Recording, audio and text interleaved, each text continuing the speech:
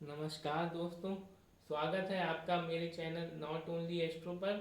और एक बार फिर से मैं आपके सामने लेकर हाजिर हूँ अपनी ज्योतिष के इंटरेस्टिंग सब्जेक्ट को लेकर। और अब हम एक नई सीरीज शुरू करने जा रहे हैं। आज से भावों के बारे में आज से मैं आप लोगों को बताऊंगा। और हम भावों के बारे में, कुंडली के जो 12 भाव होते हैं, इनकी चर्चा आज से शुरू करेंगे। दोस्तों, आज हमने पहले भाव को सेलेक्ट किया है। लग्न कुंडली का जो प्रथम भाव होता है, वहाँ से आज हम शुरुआत करेंगे। देखिए, जैसे मैंने बताया था, लग्न जो हमारा पहला भाव होता है उसको लग्न कहते हैं। तो इसी तरह हमारे ये पहला भाव, ये दूसरा भाव, ऐसे क्लॉकवाइज डायरेक्शन में बढ़ेंगे, मतलब घड़ी की सुइयों की घूमने की दिशा में बढ़ेंगे। तो हमारे 12 भाव हमको मिल जाएंगे। देखिए, पहला भाव, दूसरा भाव, तीसरा भाव, चौथा भाव, पांचवा भाव, छठा, सातवां, आठवां, नौवां, 10वां, 11वां और ये 12वां। ठीक है, तो आज इन 12 भाव में से हमारे लग्न कुंडली का जो सबसे महत्वपूर्ण भाव होता है, सबसे ज़्यादा जरूरी भाव होता है, उसकी आज हम चर्चा करेंगे। इसके बारे में हम ये बताएंगे कि लग्न भाव से या प्रथम भाव से, फर्स्ट हाउस से, इसको कुछ कभी कभी घर भी बोल देते हैं। पहला घर, दूसरा घर, तीसरा घर, चौथा घर, पांचवा, छठा, सातवां घर। तो कुंडली के घर भी कहे जाते हैं। इंग्लिश में houses, first house, second house, third house, fourth house, fifth house, six house, seventh house and so on, 12th house. ठीक है दोस्तों, तो आज हम फर्स्ट हाउस, प्रथम भाव या लग्न भाव की चर्चा करेंगे। इसको हम केंद्र कहते हैं, लग्न कहते हैं, और ये हमारा त्रिकोण भाव भी होता है। दोस्तों, यही एकमात्र ऐसा भाव है जो केंद्र भी होता है और त्रिकोण भी होता है। हमारे कुंडली में पहला भाव, पंचम भाव और नवम भाव, ये एक त्रिकोण बनाते हैं, त्रिभुज, ट्राइंगल बनाते हैं। तो इनको त्रिकोण भाव कहा जाता है।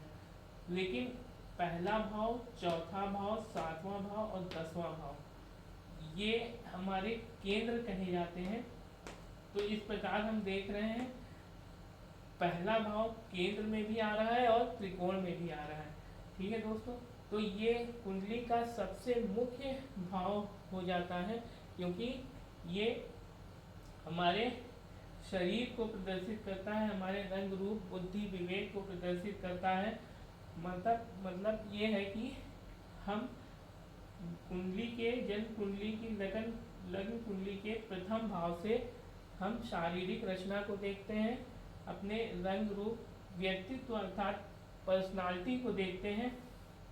ये भाव जैसा होगा वैसे ही हमारी पर्सनालिटी होगी, हमारा व्यक्तित्व होगा, हमारी बुद्धि होगी, हमारे लक्षण होंगे, हमारा आचार विचार होंगे, हमारा व्यवहार होगा, हमारे गुण उसी तरह होंगे जैसा ये भाव होगा।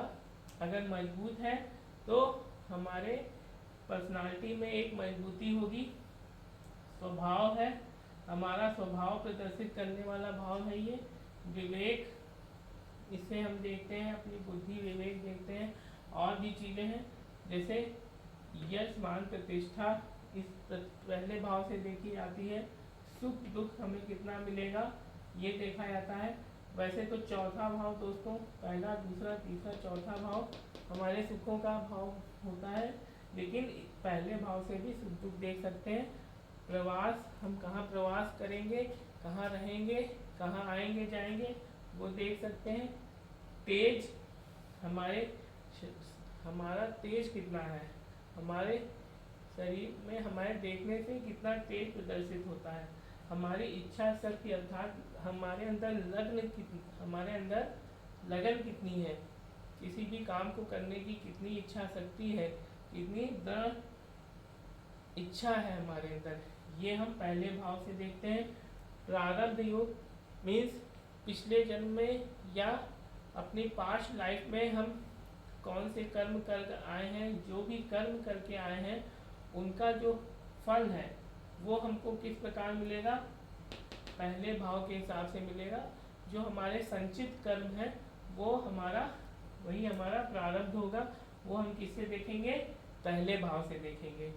हमारी जिज्ञासा कितनी है, कैसी है, मस्तिष्क हमारा कैसा है। आयु, आयु का वैसे विशेष भाव 8वां भाव होता है दोस्तों, पहला, दूसरा, तीसरा, चौथा, पांचवा, छठा, सातवां, 8वां। लेकिन इस भाव से भी हम आयु देख सकते हैं। शरीर की आकृति, शरीर की आकृति कैसी है, शारीरिक रचना, बनावट, व्यक्तित्व में ही आ जाएगा। चिन्ह, शारीरिक चिन्ह, जैसे कुछ लोग होते हैं दोस्तों बचपन में उनको चोट लग गई, मंगल पहले लगन में हुआ तो आमतौर पे चोट का निशान दे देता है, ठीक है। और बर्थ मार्क भी कुछ लोग लेकर पैदा होते हैं, वो भी हमारे पहले भाव से देखा जाता है। निद्रा, हमें नींद कैसी आएगी, वैसे तो शयन सुख का भाव 12वां भाव होता है, ये 12वां भाव, पहला, दूसरा, तीसरा, चौथा, पांचवा, छठा, 7वां, 8वां, 9वां, 10वां, 11वां और 12वां भाव से भी देखते हैं शयन सुख। और निद्रा की बात करें तो पहले भाव से भी देखते हैं। दादी, हमारी दादी जो है हमारे पिता की माता, तो हम देखिए दोस्तों हम पिता को 10वें भाव से देखते हैं, पहला, दूसरा, तीसरा, चौथा, पांचवा, छठा, 7वां, 8वां, 9वां, 10वां। 10वें भाव से पिता की गणना करते हैं, पिता को देखा जाता है। और चौथे भाव से माता को देखा जाता है। तो अगर पिता की माता को देखना है तो यहाँ से चौथा देखेंगे, ये हमारे पिता हैं तो इनकी माता मतलब हमारी दादी, यहाँ से चौथा, यहाँ से 4 गिनेंगे, 1 2 3 4, ये वाला भाव आया वापस लौट के, तो ये हमारे दादी का भाव हो गया। दादी को अगर देखना है तो ऐसे इस भाव से देखेंगे, पहले भाव से पत्नी के दादा। और देखिए दोस्तों जो दादी के हस्बैंड मतलब हमारे दादा, तो दादी इससे, दादा इससे, तो 7वां भाव, ये जो भाव होता है ये हमारी पत्नी, देखिए दादा इससे मतलब 7वें भाव से, तो पत्नी के दादा का है मतलब पहले पत्नी का भाव ढूंढे कौन सा है, वो 7वां होता है। 1 2 3 4 5 6 7, ये हमारी पत्नी का भाव। और इससे 7वां हमारे दादा का भाव हो जाएगा, 1 2 3 4 5 6 7, इससे 7वां हमारी पत्नी के दादा का भाव हो जाएगा, सॉरी ये पत्नी के दादा का भाव ये और दोस्तों एक चीज और होती है, भावार्थ भावम सिद्धांत होता है ज्योतिष में एक, कि उस भाव से उतने ही भाव आगे गिनकर अगर कोई भाव आता है तो वो पहले वाले भाव के गुणों को प्रदर्शित करता है। जैसे ये पहला भाव है तो पहले से पहला, तो हम यहाँ पे यही भाव आएगा, इसलिए यहाँ पे भावार्थ भावम सिद्धांत नहीं देखेंगे। और जैसे यहाँ पे ऐसे देख सकते हैं, जैसे ये दूसरे भाव से स्टार्ट करें, दूसरे से दूसरा मतलब पहला दूसरा ये, अब इससे दूसरा कौन सा हो जाएगा, 1 2, ये, तो जो गुण इस भाव से प्रदर्शित होंगे वही गुण इससे भी हो सकते हैं कुछ हद तक। ये धन का भाव है, ये भी कुछ हद तक आकस्मिक धन का भाव होता है। दोस्तों आगे हम आगे चले गए, आज हम पहले भाव की चर्चा कर रहे थे, तो पहले भाव में इतना मैंने आप लोगों को बता दिया कि इतनी चीज़ें एक मोटे तौर पर देखी जा सकती हैं। अब हम देख लेते हैं कि कारक ग्रह कौन से होते हैं। पहले भाव में सूर्य ग्रह हमारा कारक होता है। अगर पहले भाव में सूर्य बैठा हुआ है, कोई भी किसी भी राशि में हो, यहाँ कोई भी नंबर लिखा हो सकता है दोस्तों, 1 से लेकर 12 तक कोई भी नंबर हो सकता है, मतलब कोई भी नंबर मतलब कोई भी राशि हो सकती है। पहली राशि मेष राशि, दूसरी राशि वृष राशि, तीसरी कन्या तीसरी मिथुन, चौथी कर्क, इस तरह कोई भी राशि हो सकती है। तो यहाँ पर सूर्य अगर बैठा हुआ है किसी भी राशि में हो तो वो कारक माना जाएगा। ठीक है दोस्तों, अगर बलवान राशियों की चर्चा करें तो मिथुन, कन्या, तुला, कुंभ। यहाँ मैं नंबर डाल देता हूँ। मिथुन मतलब तीसरी राशि, कन्या मतलब छठी राशि, तुला मतलब सातवीं और कुंभ मतलब 11वीं राशि। ये जो अगर राशियाँ इस पहले भाव में आ रही हैं तो वो मजबूत मानी जाएंगी, मतलब और उन्हीं जो भी राशि इस भाव में होती है वो वही हमारा लगन कहा जाता है। जैसे 1 नंबर राशि हो तो हमारा मेष लगन हो जाएगा, क्योंकि मेष राशि होती है। 2 नंबर राशि हो तो वृष लगन हो जाएगा, क्योंकि 2 नंबर राशि वृष राशि होती है। 3 अगर हो तो मिथुन लग्न हो जाएगा, क्योंकि 3 नंबर राशि मिथुन राशि होती है। 4 हो तो कर्क लग्न हो जाएगा, 4 नंबर राशि कर्क होती है। 5 हो तो सिंह लग्न, क्योंकि सिंह राशि होती है 5वीं राशि। 6 हो तो कन्या लग्न, क्योंकि कन्या राशि छठी होती है। 7 हो तो तुला लग्न, 7वीं राशि तुला। 8 हो तो वृश्चिक लग्न, क्योंकि वृश्चिक राशि 8वीं। 9 हो तो धनु राशि, धनु लग्न हो जाएगा। 10 हो तो मकर लग्न, 10वीं राशि मकर। 11 हो तो कुंभ लग्न, कुंभ राशि 11वीं राशि। और 12 हो तो मीन लग्न, क्योंकि 12वीं राशि मीन राशि।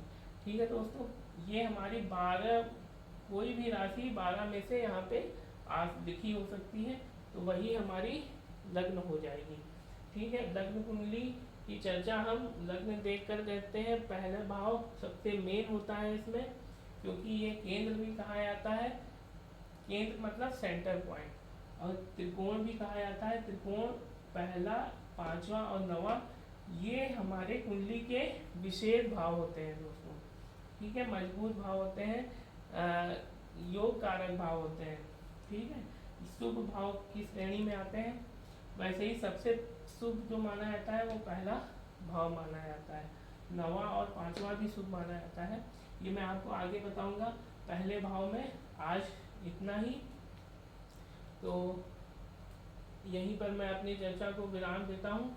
हम आगे इसी तरह दूसरे, तीसरे, चौथे, 5वें से लेकर 12वें भाव तक की चर्चा करेंगे। तब तक के लिए मुझे इजाज़त दीजिए दोस्तों। नमस्कार, बहुत बहुत आभार आपका। नमस्कार।